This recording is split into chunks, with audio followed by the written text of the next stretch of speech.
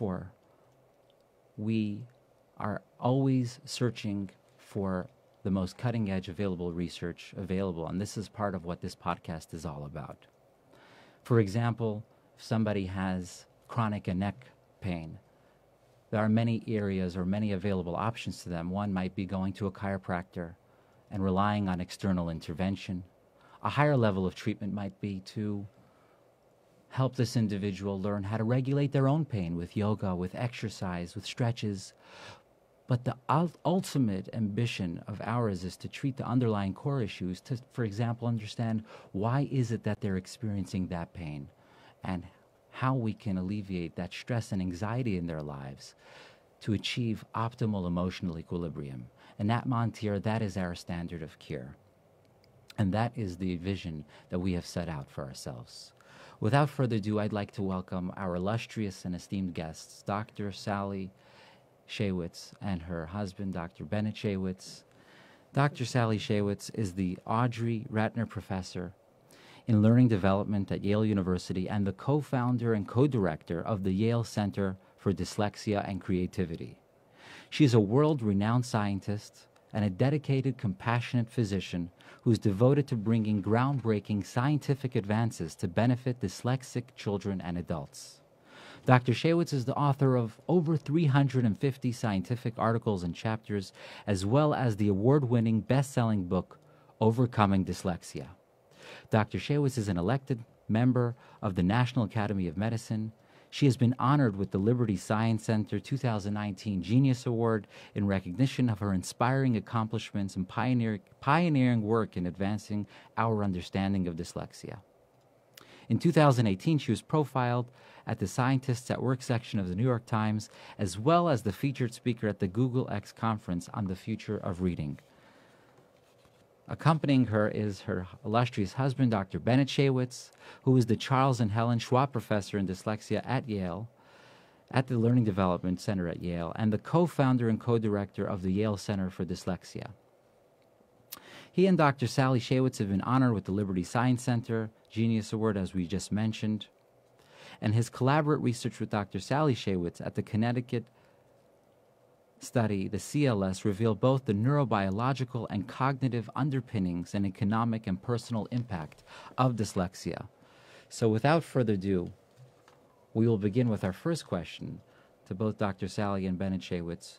What are the most recent and important updates that you've recently uncovered about dyslexia? Thank you for that question. That's such an important question.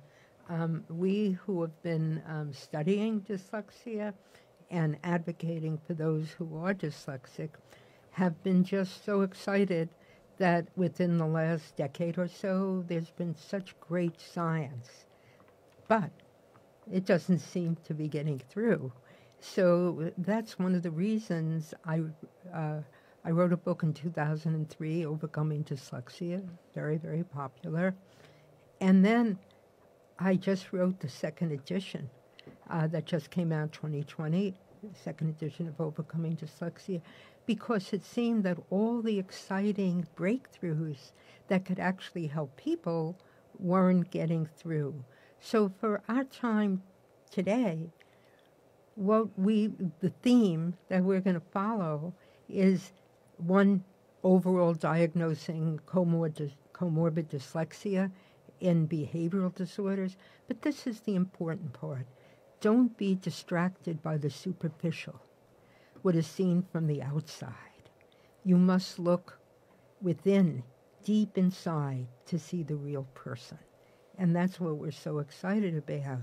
And what I've tried to do in the second edition of Overcoming Dyslexia, I am so proud and honored to have written with my son, Jonathan Shaywitz, who is a highly respected psychiatrist with special knowledge and interest in disorders such as anxiety. So this new edition, written by Jonathan and myself, goes into what are the latest findings that can actually help people. And I'm just very proud that on the back of this book is a wonderful blurb by someone you all know, Bob Dylan. And as I mentioned to someone, he won an Academy Award, a Nobel Prize for writing, and what he has written here is really pretty amazing. So to begin with, dyslexia from its origins, it was first described maybe over 100 years ago, was an unexpected difficulty. And different physicians, others described children and adults that they had seen back in 1896, the turn of the century. But what's amazing is the clinical picture we see today is the same. So at that time, even people said this is an unexpected difficulty. But you know what we have now? Now we have scientific data to support this. And and this is published, peer-reviewed. In our research, we examined typical readers, and we looked at IQ and reading, and we found they went together. They were dynamically linked. And what we found then is if you had a very high IQ, you're going to be a really good reader. And conversely, if you weren't that smart, you might not be such a good reader. So that was for the typical reader. But for our passion about dyslexia, we weren't going to stop at that. We'll say, well, let's see what we see in dyslexics. And when we did the same study in dyslexic individuals, we found different findings. IQ, intelligence, and reading weren't even talking to each other. They diverged. So you can have a very high IQ and read at a much lower level. And this is very important because it's led to a new definition of dyslexia, a scientific definition that dyslexia is unexpected, which is incorporated in federal law, Public Law 115-391, signed into law in 2018. And here is what it is, the 21st century definition of dyslexia: an unexpected difficulty in reading for an individual who has the intelligence to be a much better reader. And I'll just... And what that led us to do is formulate what we call the sea of strengths model of dyslexia. So that says in dyslexia, you can have a weakness in reading, and it's very visible. The teacher calls on you, would you read this? Oh my God, how embarrassing it is. But at the same time, that weakness, which is on the outside, is surrounded by a sea of strengths in higher level cognitive functioning, like concept formation, reasoning, critical thinking, empathy, and so forth. So that's inside. So what we want to make sure is that people who are dyslexic, and everybody knows, don't be fooled by the outside. Look within.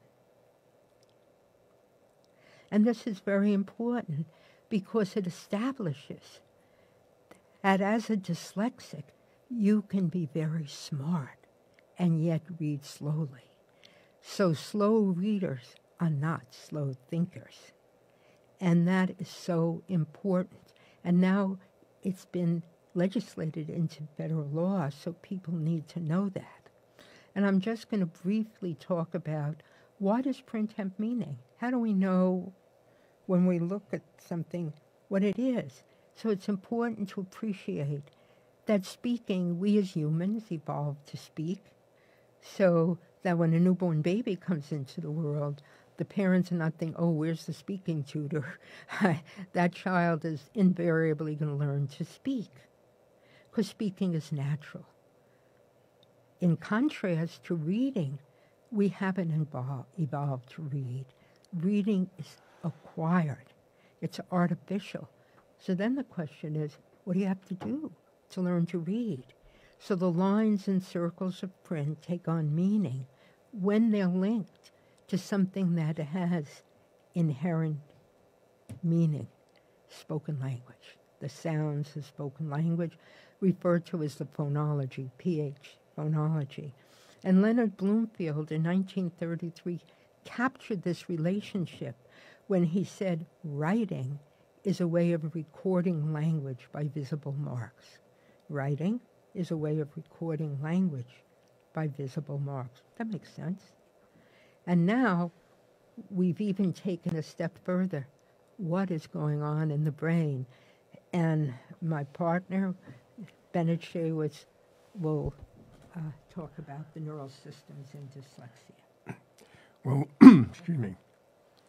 Well, one of the great advances that we've seen in neuroscience over the last several decades is the ability to non-invasively image the brain at work. And that's come about because of the development of something called functional magnetic resonance imaging. Uses magnetic signals to determine what brain regions are activated as someone reads. We're interested in as someone reads, but obviously it can be used for a lot of different domains of behavior. And what we've learned over the last 2 decades, and it's been replicated again and again in laboratories around the world, is that there is a neural signature for dyslexia, and that is an inefficient functioning of certain brain regions in the back of the brain, those brain regions that are important in reading and language. And so if we look at the left side of the brain, we see that there are, in people who are typical readers, we see that as they're reading, there are 3 regions activated, a region in the front of the brain around a region called Broca's area, and 2 regions in the back of the brain, a region called the parietal temporal region and another region called the occipital temporal region. Well, it turns out that in dyslexic readers, there's an inefficient functioning of those regions in the back of the brain. And that, as I say, has been replicated again and again, and that is referred to as the neural signature of dyslexia. And it's been seen in many different languages. It's been seen in English and French and Italian and German and even Chinese. And so this is a very, very well-described phenomenon. And what we think the most important issue here is that it's made visible what previously was a hidden disability, because dyslexia really is hidden.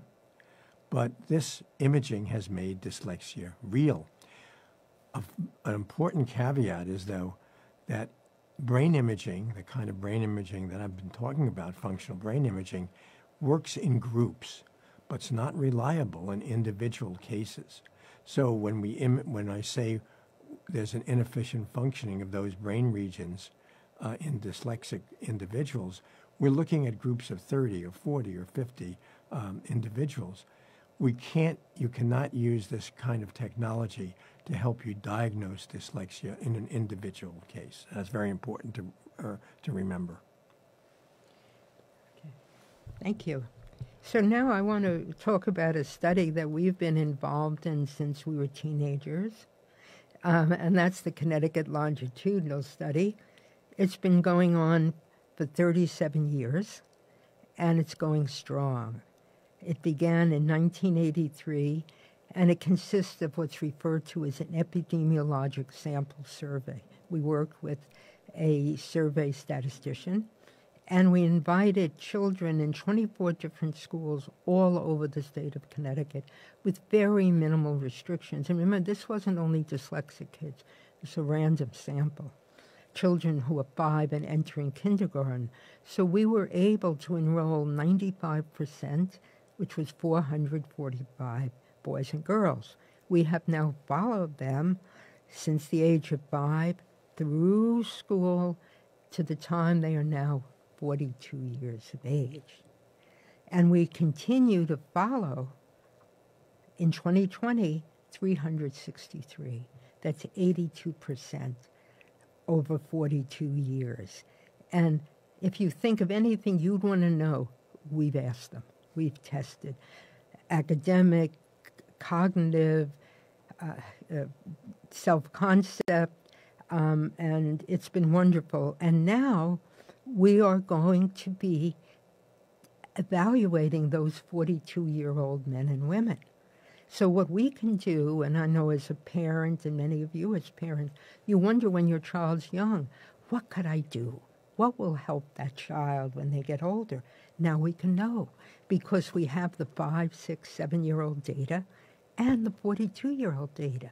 So what that was done when the children were that young relates to good outcomes and not so good outcomes. And the same way we can look the other way. We can take positive outcomes and see, well, what predicts that? We can take less positive outcomes and see what predicts that. So we're very proud and very excited. I think this is a very unique study. And what have we learned?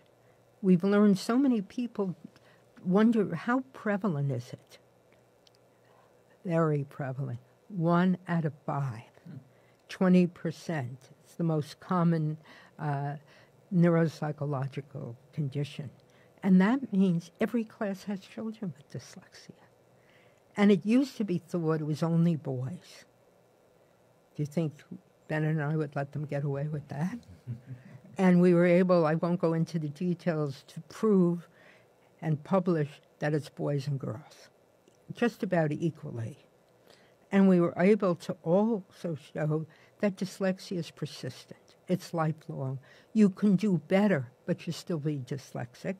And it affects all racial, ethnic, and socioeconomic groups. And one recent finding was when we looked over time and compared typical and dyslexic readers, because so many parents have said to us, oh, I've told the teacher, I'm worried about my child. Oh, don't worry, it doesn't come till later. So you know what we found with scientific data, peer-reviewed, published? It's evident as early as first grade. As early as first grade. And when we saw that, we felt an urgent motivation to do something. So we developed a screener that can be used, separate screeners for kindergarten, first grade, second grade, third grade, very economical and evidence-based. One of the big problems in so many areas is people don't understand what evidence is. We do, and we follow that.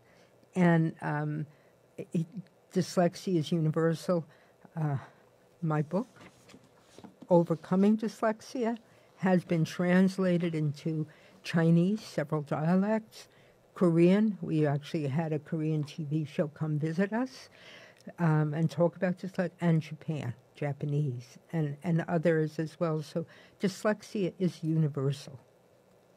And so now I just want to say a few words, like, what is it? What's the clinical entity?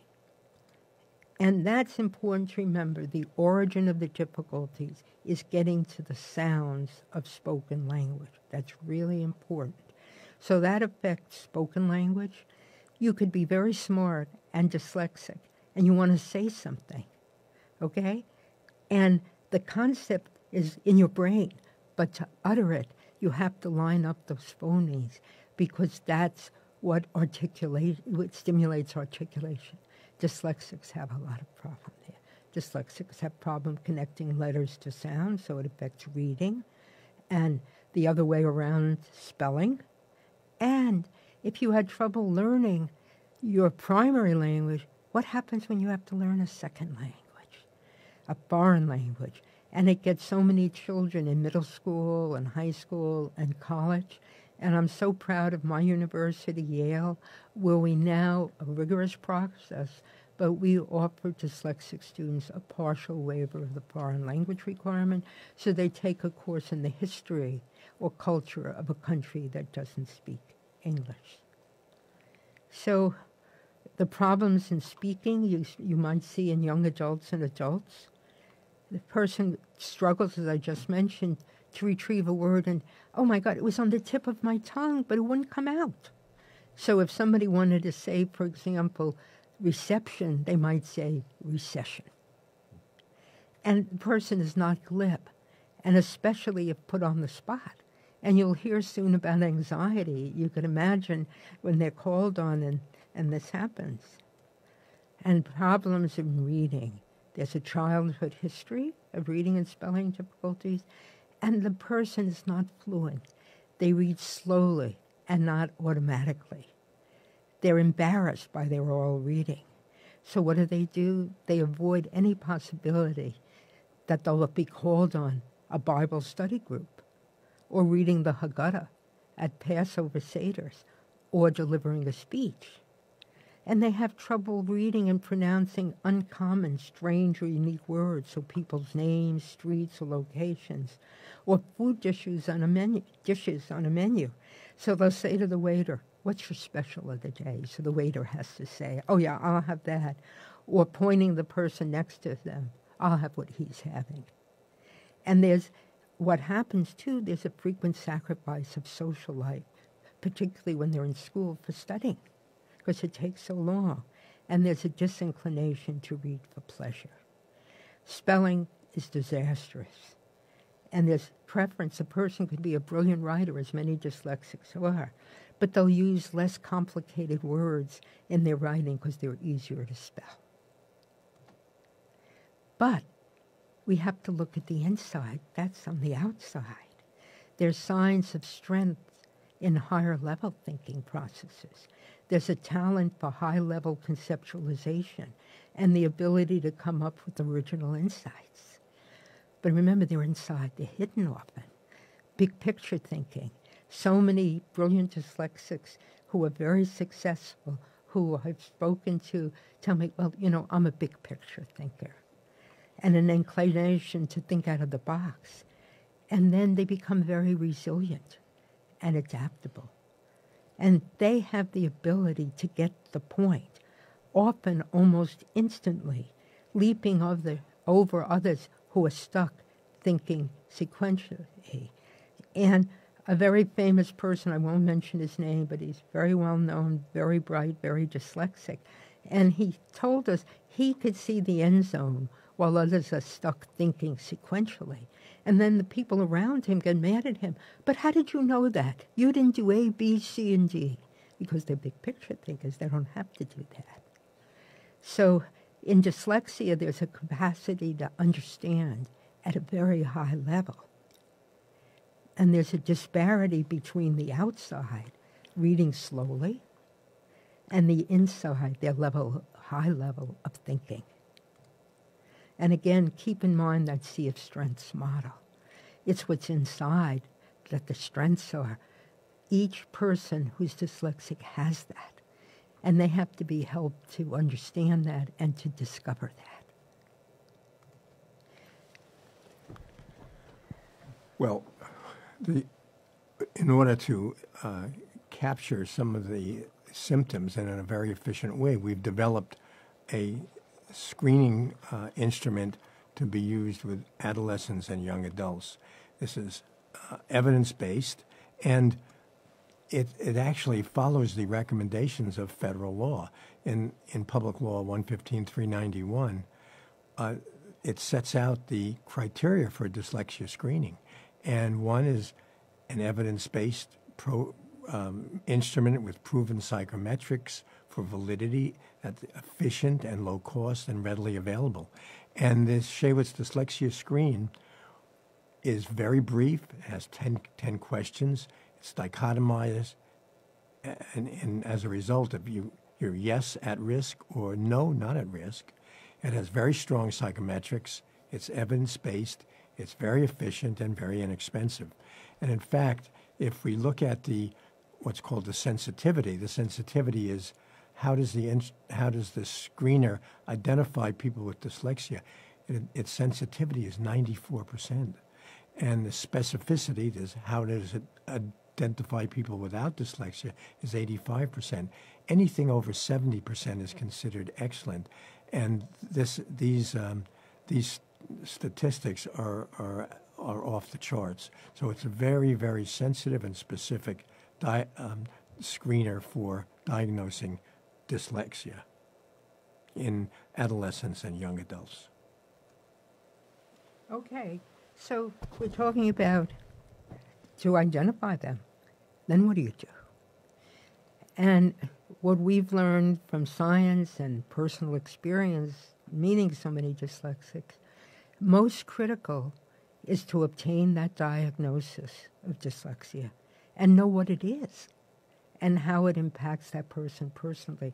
I should say here, everything that we've said is in this book. Overcoming Dyslexia, second edition. So it's important that the person knows what he has, and it has a name, dyslexia. And that dyslexia means being smart and having trouble learning to read. You can be both. And that it occurs in smart people who have a small weakness in getting to the sounds of words, surrounded by a sea of strengths in higher level thinking. That person has to know their brain is working. There are no holes or abnormalities. It's a functional and not a structural difference. And so knowing that you're dyslexic is empowering. It provides that dyslexic individual self-understanding and self-awareness of what they have inside that's hidden. It provides dyslexics with a community to join. They know they're not alone. 1 out of 5, a lot of dyslexics around. And the knowledge that he or she is dyslexic brings with it the information that she or he is smart and not stupid or lazy. And it's essential to help maintain self-esteem. So the person needs to be helped to develop a positive mindset, to learn to self-advocate and take the long view. Yes, there can be a pot of gold at the end of the rainbow. There's so many dyslexics, and I'm going to tell you just about a couple of them in a minute, in different fields who struggled early because the outside was so visible, and now have made it because they've developed those strengths, those big picture thinking inside. So that person has to know the express highway to reading is blocked in dyslexia, and that she has to take another route, the secondary, bumpier and slower one, so she can get to her destination. It just takes longer. So the failure to screen for and diagnose dyslexia has a very, very high cost. If a person's not identified, they don't receive evidence-based instruction. They continue to struggle, and they see themselves incorrectly as a failure and not as smart. They have no knowledge of what their difficulty is, that it has a name, no self-awareness, or why they can't do what their peers around them seem to do so easily. They're often bullied and teased, particularly when they're in school, because they're called on to read aloud. And after a time, they'd rather do some bad behavior to be sent to the principal's office than read aloud in class. And they see themselves as not meant for school because they don't know how smart they are inside. So they often drop out, and there's a high prevalence of anxiety or addiction. And they're half as likely to go to college, no matter how intelligent, and significantly higher unemployment and lower lifetime earnings. So the long-term outcome, what is possible, that sea of strengths, is they're high-level conceptualizers. They're capable of new insights, out-of-the-box thinking. They tend to specialize and then do things automatically.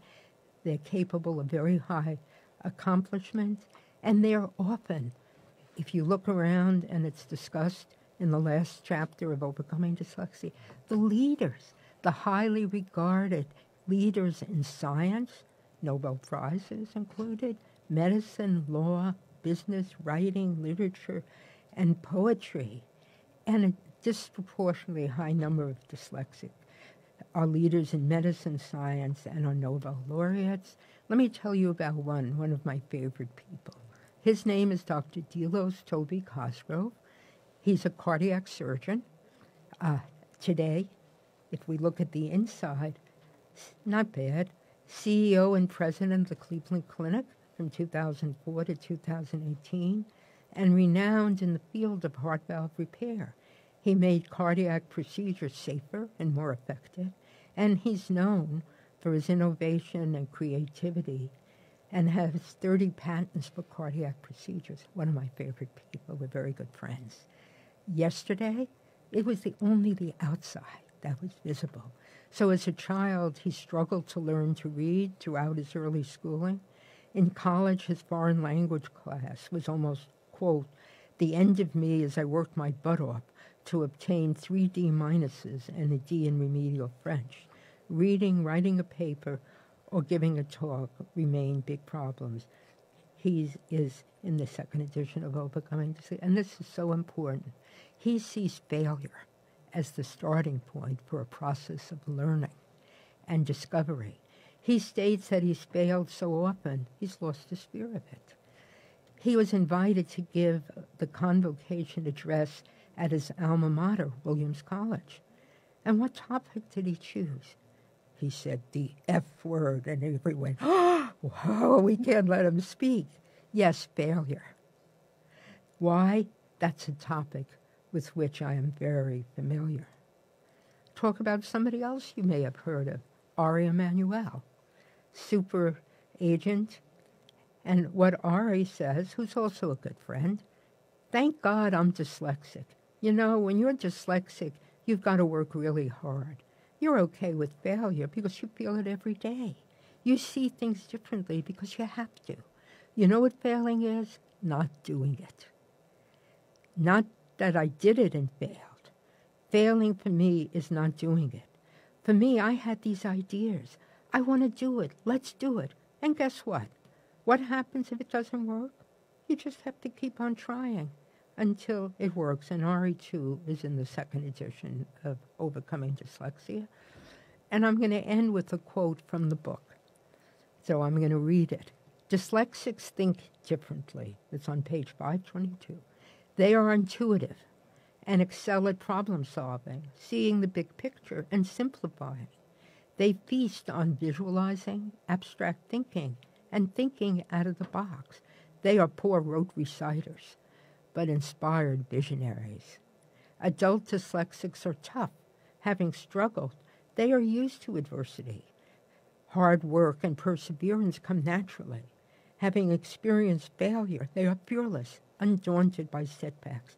Repetition and practice are a way of life. Each was rescued by a special person, a parent, a grandparent, a teacher, maybe a therapist, who saw the raw talent and nurtured it in the midst of all the naysayers. Hope was sustained by taste of success in sports or some other activity. Yes, the symptoms of dyslexia persist, but they needn't interfere with success. So dyslexia is a paradox. The same person has both strengths and weaknesses. Think of the Sea of Strengths model. So should his or her life be defined by their high thinking ability and excellent reasoning, or slow reading, poor spelling, and word retrieval problems? So I'm just going to give you an example. It's in the book, page 98, The Paradox of Dyslexia. So I'm going to pair things. So each is a weakness paired with a strength. So you may be dyslexic if you read slowly and with much effort, are often the one to solve the problem. Here's another pairing. Can't spell and have messy handwriting. Show terrific imagination in your writing. Here's another one. Have trouble remembering dates and names. Yet think out of the box and grasp the big picture. And finally, have difficulty retrieving and pronouncing spoken words. And have an excellent vocabulary and ideas. So what we hope is that for those of you who are dyslexic, you reach for the stars. Yes, you can do it. You will succeed. Look within. It's there. And if any other information you want, we welcome you to look at our Yale website, dyslexia.yale.edu, and also on Twitter and Facebook. And again, to remind you that this second edition, written by myself and it's so embarrassing. I love him so much, and he's so wonderful, and he's a renowned psychiatrist, and he's shaking his head no. Jonathan Shaywitz, that has all the latest that will help you and even help at all ages. And I also want to thank you for inviting us to share this and thinking out of the box and thinking ahead of most other people. So thank you. Thank you so much for that presentation. That was really insightful, and it was so helpful, I'm sure, to everybody who's plugged in and looking at this today, and probably hearing about dyslexia in terms and with insight that they've never heard in their entire lives, shedding so much of the stereotypes or the myths that are pervasive out there. I want to take the opportunity now to just ask you a few questions about dyslexia and about your research. And we'll start with something that I was wondering, and I'm sure a lot of people in the audience today are wondering. And this is a question for you, Sally, Dr. Sally. What inspired you essentially to dedicate your entire career to learning disabilities? Well, not to learning disabilities, but to dyslexia. To dyslexia. Because dyslexia is very specific. Well, I'll tell you. My husband, in order to finish your training, he's a child neurologist. At that time, as we had more, you had to give back and go into the Air Force, the service, and he did. It was the same time that I gave birth to Jonathan and his twin brother, and we had an older son, 2 years older. So we had 3 sons. And I stayed home. I loved it. I loved caring for my children. And then when we went to Yale, I continued to stay home. And I kept getting calls, oh, we have these children who have these school problems that no one wants to see. Would you, because I'm a developmental pediatrician, consider seeing them? So I went in part-time, and I saw these lovely children, bright, and these parents who were crushed. They had told their child, well, we all told each other, oh, you're going to love school, you're going to learn to read, it's going to be... And they couldn't. And they seemed to me wonderful parents and wonderful children. So I started to look into the research. The science wasn't so good. So I decided, and Bennett, who was studying more basic stuff, decided, we're going to look into this and see if we can find answers. And that was the start of our longitudinal study. And as I've gotten to know more and more dyslexic individuals, children and adults, and even people in their 90s, it's so important when you help them understand what you have, and what you also help teachers, parents, society, and policymakers.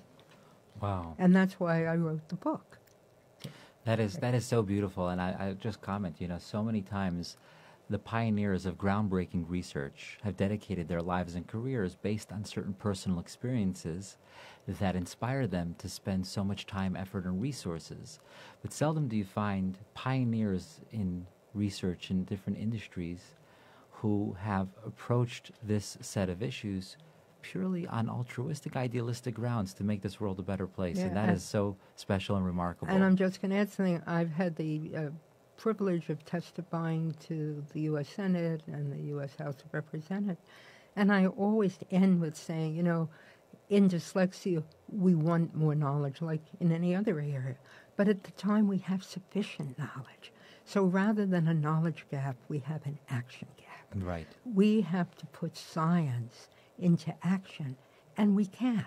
Right, and that actually leads me to another question that is really for both of you.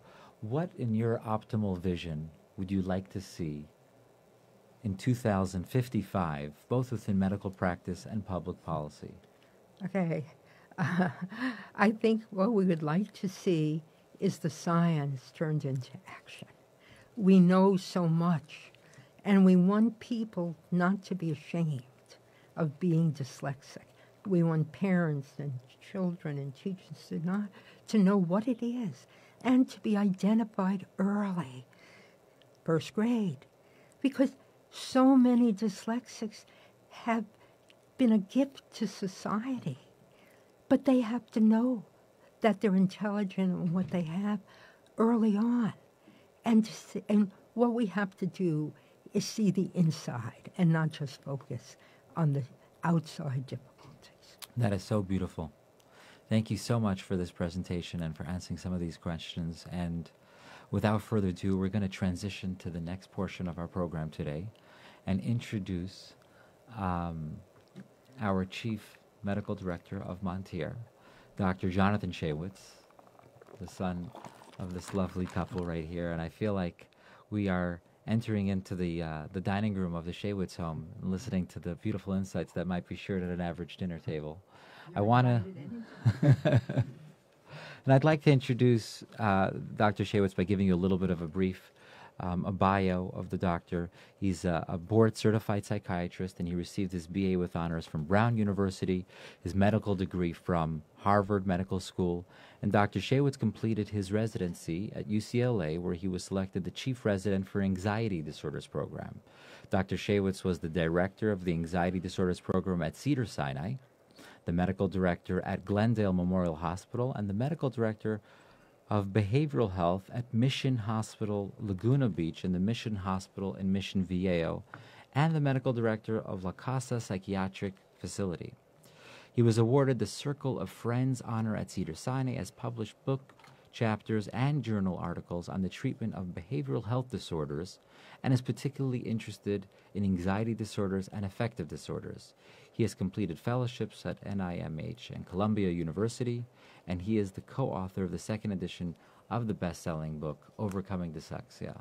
So without further ado, the first question we would like to ask Dr. John is to talk about some of the passion and interest that you have in comorbidity, and after you talk a little bit about that, we'd love to follow it up with some questions. Absolutely. Well, JD, thank you very much for having me. It was absolutely an honor to co-author Overcoming Dyslexia with my mom, who has been such a model, and my dad in choosing, kind of being so passionate about helping others and advancing the cause of dyslexia, as well as my passion, which is helping individuals who have anxiety. And it's a great question I've often asked. How do you get interested in anxiety, and then anxiety and dyslexia? And so I think it would be helpful to go first into anxiety and separate them a little bit, but then tie it in with dyslexia, because they are often there's causality, and then there's also exacerbation of what anxiety can exacerbate some of the dyslexia, but also there's causality as well. So, my interest in anxiety began when I was very early in my training, and I can vividly remember an individual coming in with social anxiety and panic, and he came into the psych emergency room at MGH where I was doing my training, and it was interesting because when we often view anxiety, it can often be seen as a vague or nebulous topic. Everyone's anxious to some degree, and people often think, well, they get over it. It's something that passes, and it's disabling for the couple minutes or maybe the hour, but it's certainly one wouldn't think that it can impact an individual's life to such a degree. And hearing this individual story, I can picture it to this day. The description of feeling so nervous about being in social situations, about having these panic attacks where these 10 to 15 minutes of somatic symptoms, which were so disabling that he had to go into basically self-isolate until the symptoms diminished. And then talking about, he was also in school at the time, how giving oral presentations were particularly challenging, how meeting people in small groups or large groups, and just how disabling every aspect of his life was due to this anxiety. And so, when we when we think of anxiety, we often think it's a vague term. But when we kind of take a step back, it can be conceptualized into different baskets. There's which have different symptoms that are associated. There's obsessive compulsive disorder, where there are recurrent intrusive thoughts, which are the obsessions, and the compulsions, which are the behaviors that help diminish those. There's post-traumatic stress disorder, which there is often a trauma that involves nightmares or flashbacks from that trauma.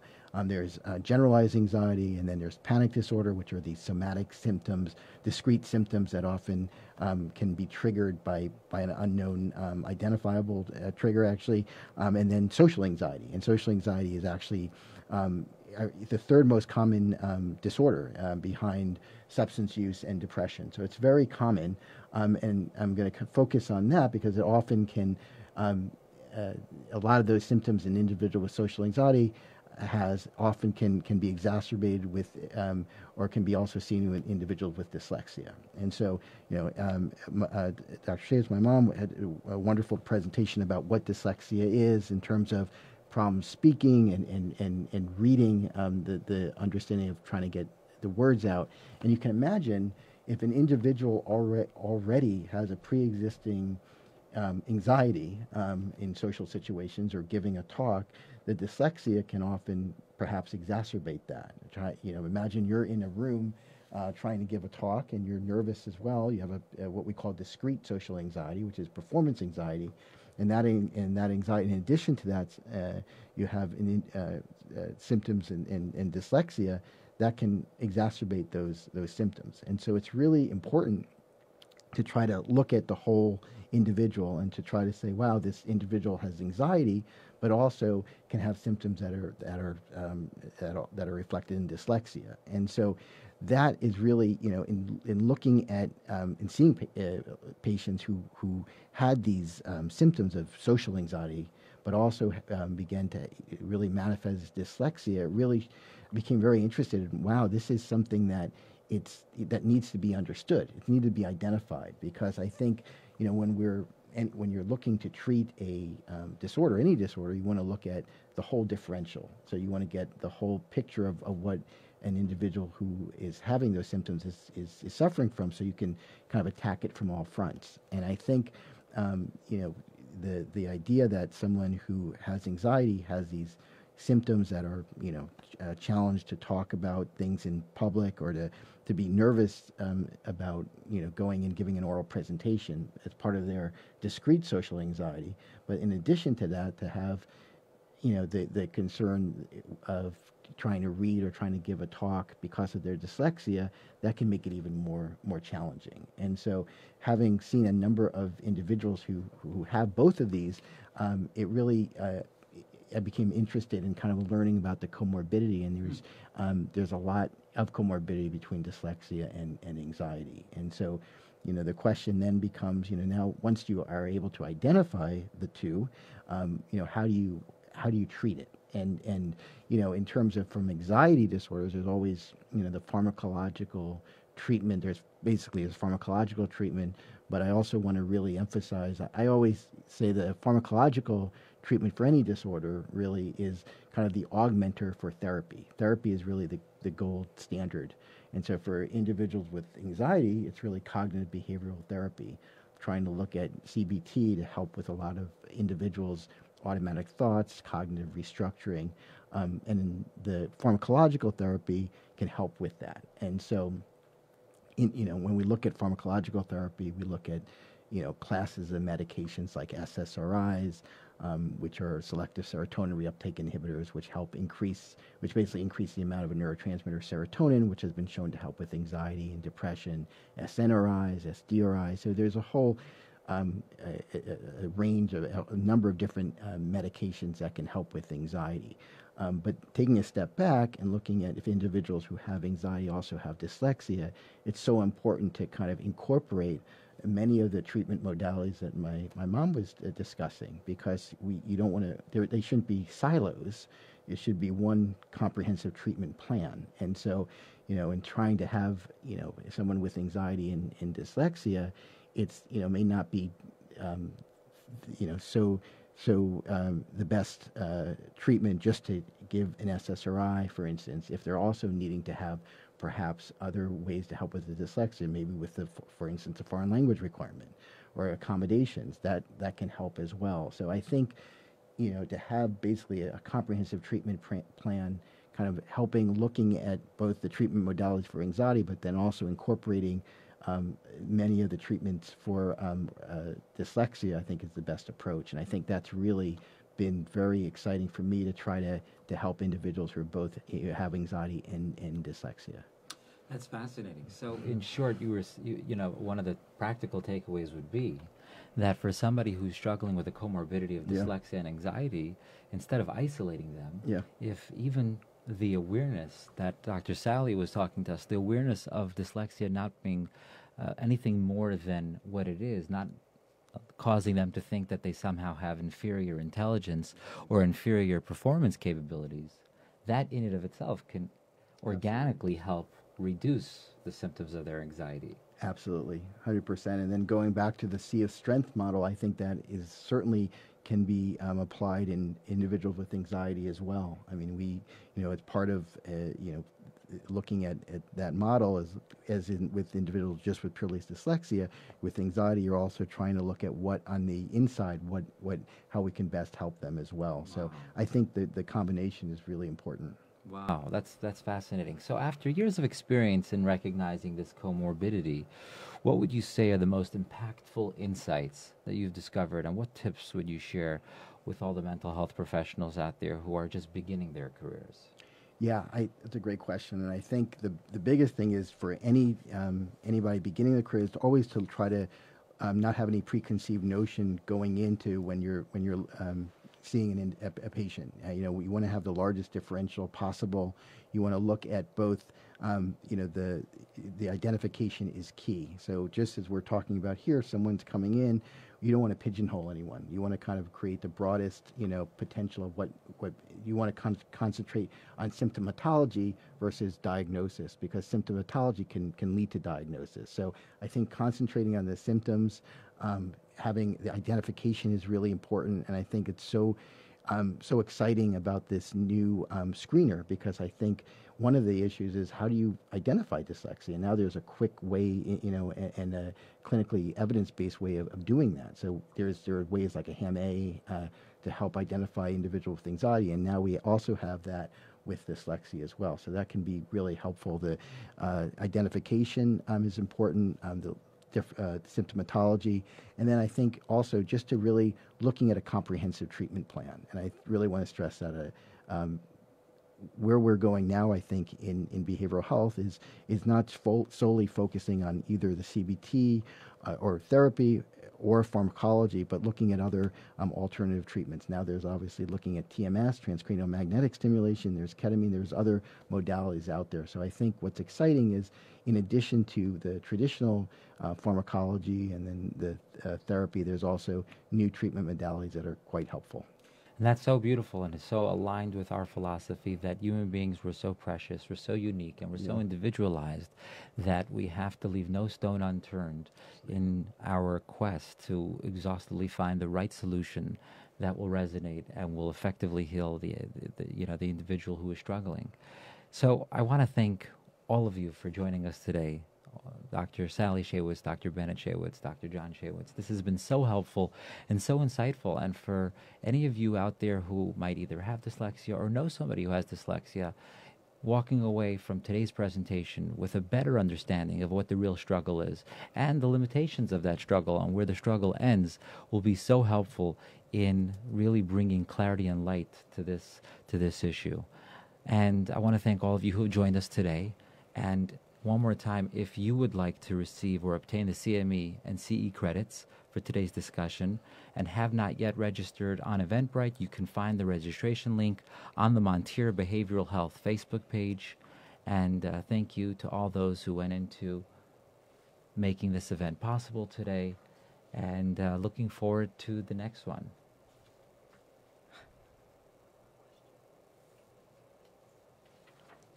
Actually, it looks like we have a question coming in from somebody in the audience. So before we conclude today's segment, we will look at this question. And this question is for Sally. Dyslexia affects 1 in 5, as you mentioned. Yet many children go undiagnosed. What are the effects of dyslexia in these children once they become adults? And the second prong to the question is, what has your research found in regard to the economic consequences of dyslexia? Okay, well, I think that's a great pair of questions, and I'm happy to answer. I think one of the great tragedies we see today, and I wonder about unethical, is not to screen children for dyslexia early on. We have the science, we have the evidence. And the important thing is, on the outside, they can't read loud well. They get anxious. But inside, we have to see a strength. So you're denying these wonderful children access to who they are.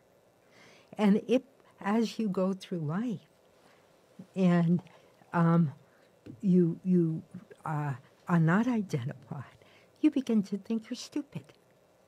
Well, I couldn't read that. and I was made fun of. And you begin to think school's not for you. And you begin to get into trouble. And it goes on in a negative thing. So we have to. And what's great now, optimal is first grade, second.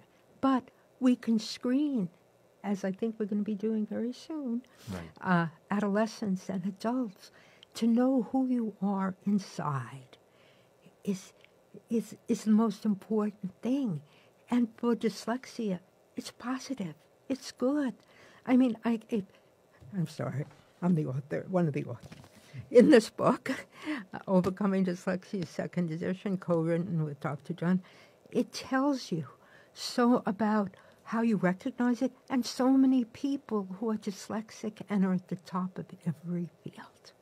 So I think that becomes really, really important. What was the second part? The second one was, has the research yielded any insight in regards to economic consequences So we were- of dyslexia? You ask such good questions. I think I'll plant you in all our talks. So what we were very interested in that too. So we did a study working with a wonderful economist. And what we found, we asked typical readers and dyslexic readers about how much would they pay if they could read aloud better, or if they could do this or do that. And where we found the big difference is the ability to read aloud. And they would, how much would they pay? Twice as much as anybody else. Yeah. So there is an economic cost. And I'll just mention one other thing. We had a wonderful conference at Yale in 2015. We called it Slow Readers, Fast Thinkers. And it was wonderful because people who were at the top of their profession in every field were there. And they were, just so highly regarded. But when they started to talk about school, or when younger, they all cried. So we don't need that. And I think, as Jonathan said, having a total treatment plan, incorporating the dyslexia, but also the anxiety, and you see the whole person, that's the answer. Wow. So this is really an area where what comes to mind is knowledge is power. Absolutely. And knowledge, knowing where it begins, where it ends, knowing what it is and what it is not, is so important. Absolutely. And we're denying so many people that self-knowledge and empowerment. That's right. So this is really empowering. And I just want to thank you all again for joining us. And we will conclude this segment, and stay tuned for more really refreshing, insightful content coming from Montare Media. And thank you so much to the Shaywitzes for joining us again and for providing that. Thank you for having us. Thank you very much for having us.